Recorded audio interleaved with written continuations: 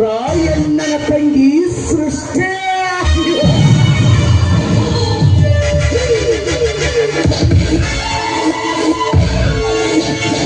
ಅವಳ ಅಂದ ರತ್ನದ ಕಿರೀಟದಲ್ಲಿ ವಜ್ರ ಶೋಭಿಸಿದಂತೆ ಆ ಸೃಷ್ಟಿಯ ಕಣ್ಣೋಟ ಸಾಗರದ ತಳದಲ್ಲಿ ಮೊತ್ತು ಶೋಭಿಸಿದಂತೆ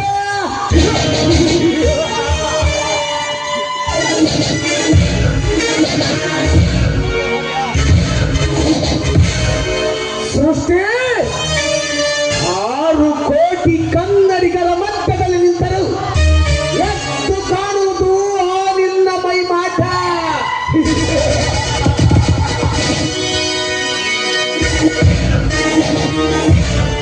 ಸೃಷ್ಟಿ ನೀನು ನನ್ನ ಗೊತ್ತಿ ಉಳಿಸಿದರೆ ರಸದೂಟ ಯಾವತ್ತೂ ಇಲ್ಲ ಈ ನಾರಾಯಣ ರೆಡ್ಡಿಯ ಕಾಟ.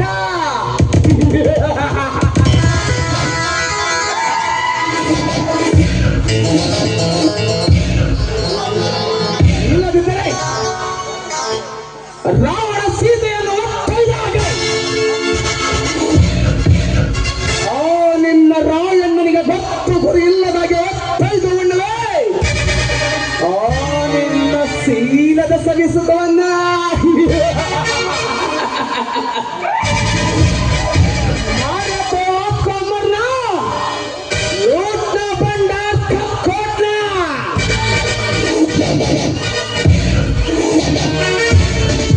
ಅರ್ಥವಾಗಲಿಲ್ಲ ಅಲ್ಲ?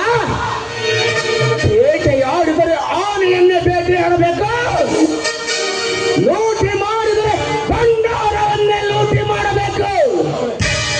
ಇದೇ ಇದೇ ಈ ನಾರಾಯಣ ರೆಡ್ಡಿಯ ಷರತ್ತ.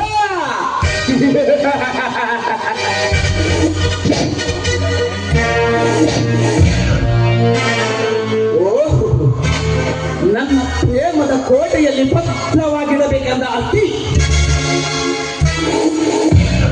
ಬನದ ಕೋಗಿಲಿಯಂತೆ ನೀರಿನಲ್ಲಿರುವ ನೈದಿಲಿಯಂತೆ ಆರುತ್ತ ಇತ್ತ ಕಡೆ ಬರುತ್ತಿದ್ದಾಳೆ.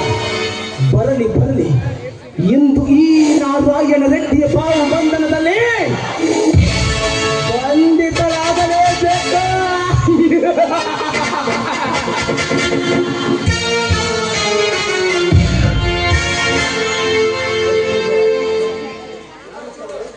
ನಿಲ್ಲು ಸೃಷ್ಟಿ, ನಿಲ್ಲು. ಯಾರು ಅಂತ ನನಗೆ ಗೊತ್ತಾಗ್ಲಿಲ್ಲ. ಗೊತ್ತಾಗಲಿಲ್ಲ ಸೃಷ್ಟಿ, ನಿನಗೆ ಗೊತ್ತು ಮಾಡುವುದಕ್ಕೆ ಗರುಡ ಗಂಬನಂತೆ ಕಾದು ನಿಂತಿರುವ ಸೃಷ್ಟಿ ಈ ಗರುಡ. ಅಂದ್ರೆ ನಿನ್ನ ಹೆಸರು ಗರುಡನ? ಅಲ್ಲ, ರೆಡ್ಡಿ, ನಾರಾಯಣ ರೆಡ್ಡಿ. ಈ ರೆಡ್ಡಿ ಸಹೋದರರ ಇತಿಹಾಸವನ್ನು ಕೇಳಬೇಕೆನಿಸುತ್ತದೆ ಯಾರಿಗೆ? ಬೇಡ, ನಿನ್ನ ಇತಿಹಾಸವನ್ನ ಕಟ್ಕೊಂಡು ನಾನು ಮಾಡಿ ನಿನ್ನ ಇತಿಹಾಸವನ್ನ ಕೇಳೋದಕ್ಕೆ ನಾನು ಯಾರು? ಸರಿ, ನಾನಿನ್ನ ಬರ್ತೇನೆ. ನಿಲ್ಲು ಸೃಷ್ಟಿ, ನಿಲ್ಲು. ಯಾಕೆ ರೆಡಿ ಅವ್ರೆ?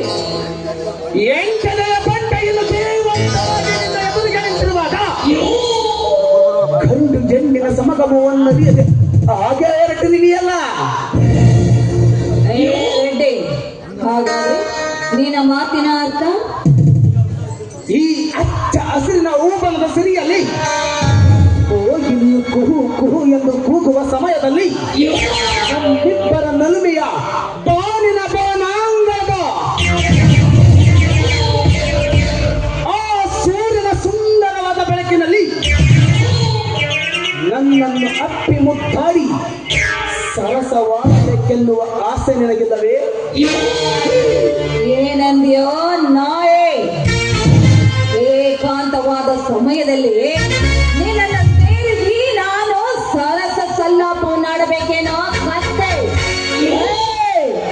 ಒಳ್ಳೆ ಮಾತಿಂದ ಹೇಳ್ತಾ ಇದ್ದೀನಿ, ನಾನು ಹೋಗೋದಕ್ಕೆ ದಾರಿ ಬಿಟ್ಟರೆ ಸರಿ, ಇಲ್ಲವಾದರೆ ನನ್ನ ಕಾರಣದಿಂದ ಅದು ನನ್ನ ಕೈಗಳಿಂದ ನಿನ್ನ ಕಪಾಳಕ್ಕೆ ಮೋಕ್ಷ ಮಾಡಬೇಕಾದಿತ್ತು. ಬಲು ಎಚ್ಚರ. ಅಪ್ಪಲೇ! ಏ ಸುಚಿ! ನಿಲ್ಲು ಸುಚಿ, ನಿಲ್ಲು.